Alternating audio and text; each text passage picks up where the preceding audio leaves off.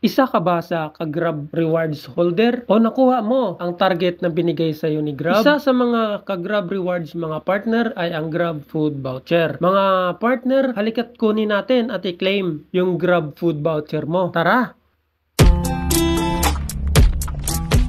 Marami na ang may alam about sa KGR, sa ka-Grab rewards natin. Alam na ng mga matatagal na mga ka-Grab katropa natin kung paano i-claim ang Grab food voucher. Mga partner, hindi lingid sa atin mga partner na marami pa rin hindi nakakaalam. Hindi marunong i-claim ang Grab food voucher. Mga partner, andito ako ngayon para i-share po sa inyo. Bigyan kayo ng tips. Paano po i-claim ang Grab food voucher natin. Alam ko na marami pa pong nakakaalam paano i-claim yung Grab food voucher, pero ang video na ito mga partner ay para ito sa mga baguhang nakapasok sa KGR, baguhan na naging member ng KGR, naging silver, naging gold, naging platinum. Sa mga first time nakukuha ng KGR nila about sa Grab food voucher, ito na po ang video para sa inyo. At sa mga matatagal na mga tropa natin na alam na paano i-claim, ay maraming salamat po at pinapanood nyo pa rin ang video natin. Tara mga partner, umpisahan na natin.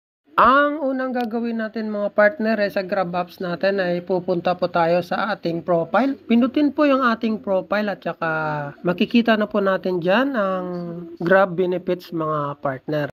Sa Grab benefits po natin mga partner ay hanapin po natin yung Grab food voucher. Ang Grab food voucher mga partner ay ating pindutin at makikita po natin mga partner sa loob ang terms and condition. I-save na lang po natin mga partner at pindutin ang use now mga partner. Kung ang lahat yan mga partner ay nagawa na natin ay pwede na pa tayong umalis, lumabas sa Grab apps natin mga partner. Pag exit natin mga partner sa Grab apps natin ay punta po tayo sa wall. Pindutin po natin yung Grab passenger po natin mga partner. Sa Grab passenger mga partner ay pindutin po natin ang food at saka pick up, self pick up mga partner. Hanapin po natin mga partner ang desired merchant mga partner kung saan po tayo o-order. Kapag nasa merchant na tayo mga partner ay hanapin po yung pagkain na gusto po natin.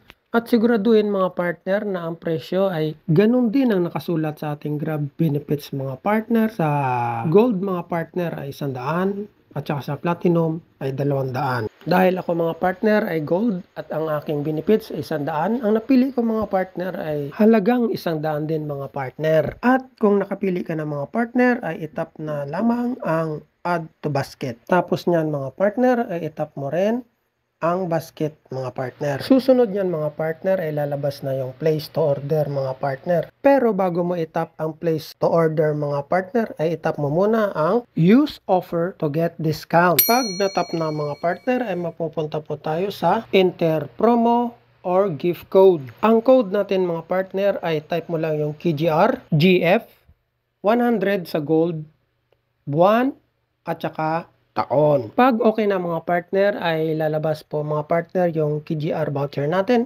Itap mo lang yan mga partner at pagkatapos tap apply. Pagkatapos yan mga partner ay lalabas na yung place to order. Itap mo lang yan mga partner at syempre mga partner pupuntahan na natin yung merchant kung saan po tayo nag-order. Reminder lang mga partner sa kapwa ko ka-Grab. Pag kukuha po tayo ng voucher ay kailangan pong may top up po ang ating Grab passenger mga partner kasi hindi eksakto mga partner yung presyo na kukunin. Siyempre may mga sobra yan mga partner, at least merong may dideduct sa ating passenger mga partner. 288 to sir? Pick up na sir. Ha? Pick up nga. 2880? Ah, ayun. 880. Thank you, madam. Ito na, na-pick up na natin mga partner. Pag nakuha na yung food mga partner sa apps natin, tap food collected. Ayun mga partner, sana po nasundan ng lahat kung paano po mag-claim ng Grab food benefits natin sa ating KGR. Mga partner, hanggang dito na lang. Mga partner, kung nagustuhan yung video na to, leave a like, comment, subscribe, at i-ring na rin ang bell natin para sa tuloy-tuloy na update. Hanggang sa susunod, mga partner. Bye-bye!